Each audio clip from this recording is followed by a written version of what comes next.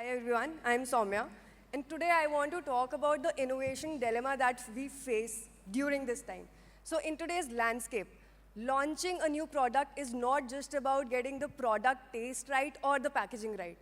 It's about bigger two things that we often miss. That is, one, trends, and the other one, the timings. But how do we understand which trend is worth latching onto? Because there are millions and millions of trends happening every day across internet. It could be an Instagram trend, it could be a Zomato trend, it could be something as regional as Dolly Chai Wala or even Gond Katira, or something as global and big as Dubai chocolate or Pan-Asian or even your Korean wave. So the trends are happening across, and to my surprise, when we actually see, we often think that it may be just a tier 1 phenomena, but when we met consumers, we realized that even people from tier 2 and tier 3 cities know about these trends. They aspire to participate in these trends, and somehow they're also managing these trends in one way or the other, right? So for us, the challenge started to understand, okay, what are trends, where all it's happening, and which is the right trend to latch onto. So we started off with a very simple question, where all these trends are happening on. So it's happening on social media, it's happening on sources like Instagram, Facebook, YouTube, Twitter, Google search, even your blogs, forums, reviews, Zomato, Swiggy, and e-commerce, everywhere. So we took all these sources, scraped millions and millions of data points, and bucketed them as trends.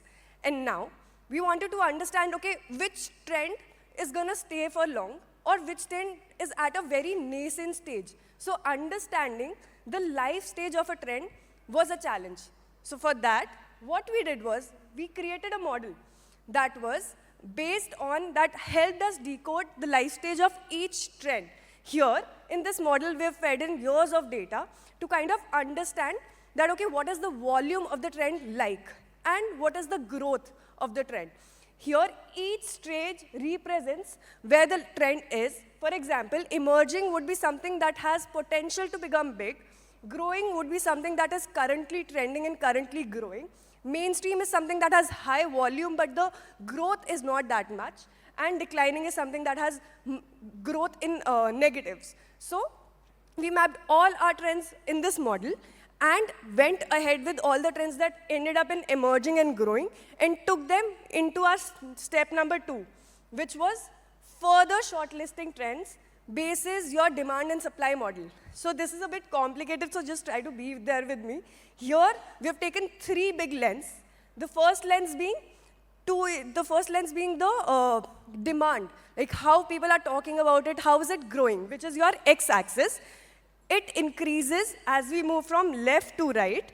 Then the other lens was how many products that are available in their market of that trend, which is your y-axis. It increases when we move from top to bottom. And from this, we got 4 quadrants. And the ideal quadrant in the innovative space for us was this one, wherein we have high demand and high growth. However, the number of retail products available are less. Therefore, this breakthrough innovations was the ideal quadrant for us. As you can see, all these bubbles are trends, and the size of the bubble is actually our third lens, which is nothing but food service products. Why food service? Because a lot of times food service products trends translate into retail service. So they're trend indicator for us. The larger the bubble, the more food service products. So from this, we were able to further shortlist basis the market fitment. And then we didn't stop here. So we wanted to understand each trend in its entirety, wherein we wanted to understand 3 big questions about every trend. First, who are these consumers who are talking about these trends, right? And then how can we cater to them? Is there any need space where we can come in and help with our product? And the third question being, if we can derive any category codes or any product codes that we can actually incorporate in our product. So for this, we launched in-depth social listening exercise to understand each trend. We mapped all the possible social listening sources and tried understanding the nuances. For the sake of an example, I'm taking matcha here. This is the conversation word cloud like. And to our surprise, people were actually talking about nuances like the taste of the matcha. They call it, it's a bit bitter.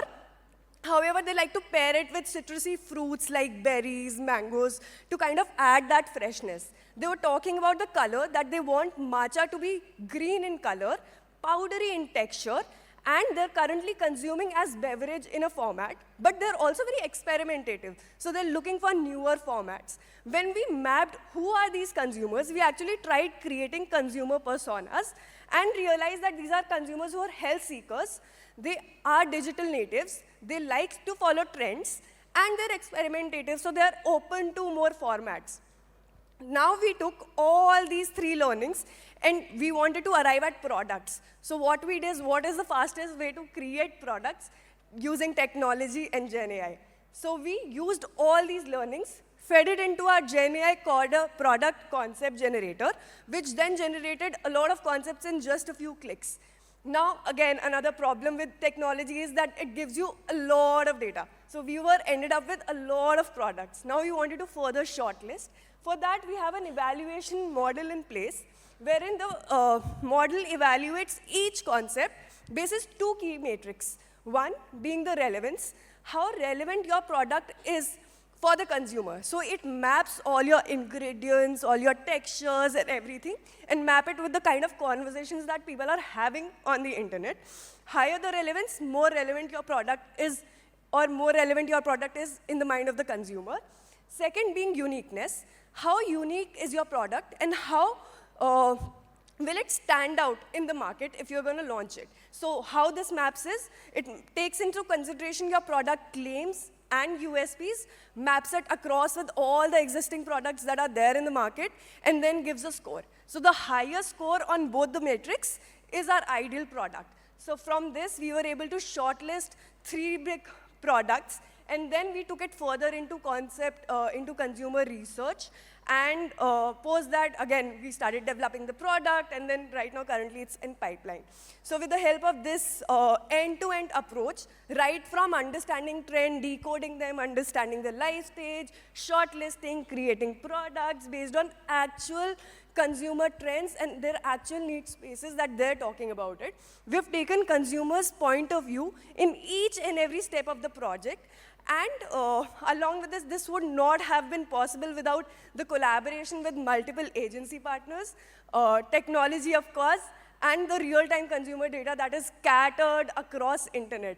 So with this, we were actually able to shorten our NPD process. It used to take us at least 6 to 7 months. Now, with this technology and the help of a lot of collaborative agencies, we were able to drill it down to 2 to 3 weeks, which actually helped us in shortening our time to market and crack the 2 big T's that I talked about, one being the trends and the second one, timings.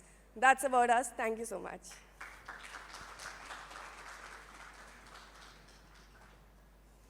Hi, thanks. Very interesting. We'll move on to the Q&A.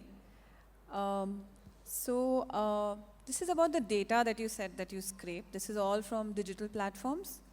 Is that right? Yes. So the question is, how did you scrape data from social media platforms for this study? What kind of tools would you use, given that most of these platforms are encrypted and not serviced by platforms like TalkWalker, etc.? So for this, we have partnered with a lot of social listening tools, like you said, TalkWalker, NetBase, and etc. But however, we use multiple tools because they don't crawl your Swiggy, Zomato, right? So then we have another partner tools, wherein tools specifically crawling your e-commerce, quick commerce. So we gather data from there, and then another set of tools to crawl your on-shelf products.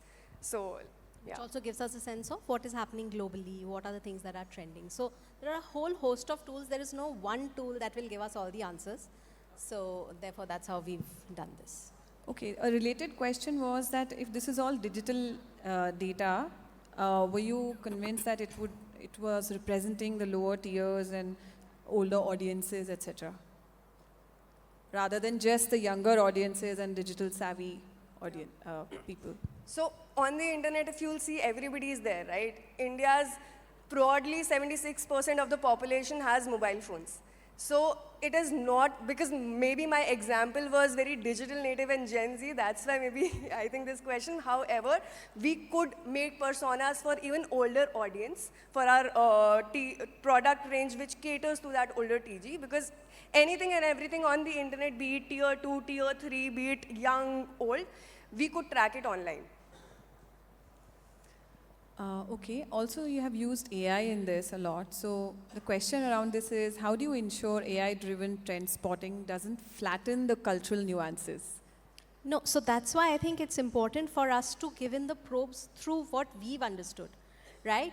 If we are just using the AI to sort of generate products on Matcha, we'll probably get, something very similar to what it would generate maybe in Germany or UK. But over here, what we are doing is through our listening, we are putting in all the probes that we want them to sort of incorporate in their concepts. And hence, that sort of gets customized for us. Okay. And the question that must be asked in India is, all trends won't hold for pan-India. So what is the solve for that and for regional launches, etc.? Yeah, so wouldn't say that we have all the answers right now, but there are a lot of sources that are giving us some nuances, whether it's in terms of food services, what is trending where, or whether it's in terms of what's working more in Uttar Pradesh versus Tamil Nadu. We are getting some nuances. Right, so yes, it's there. I'm sure in a couple of years' time that's going to become more robust and more mainstream. There are certain sources, so that's the short answer. There are certain sources which gives us some understanding, but yes, it's only needs to get better, which it's getting day by day. All right, thank you so much. Thank you. Thank you.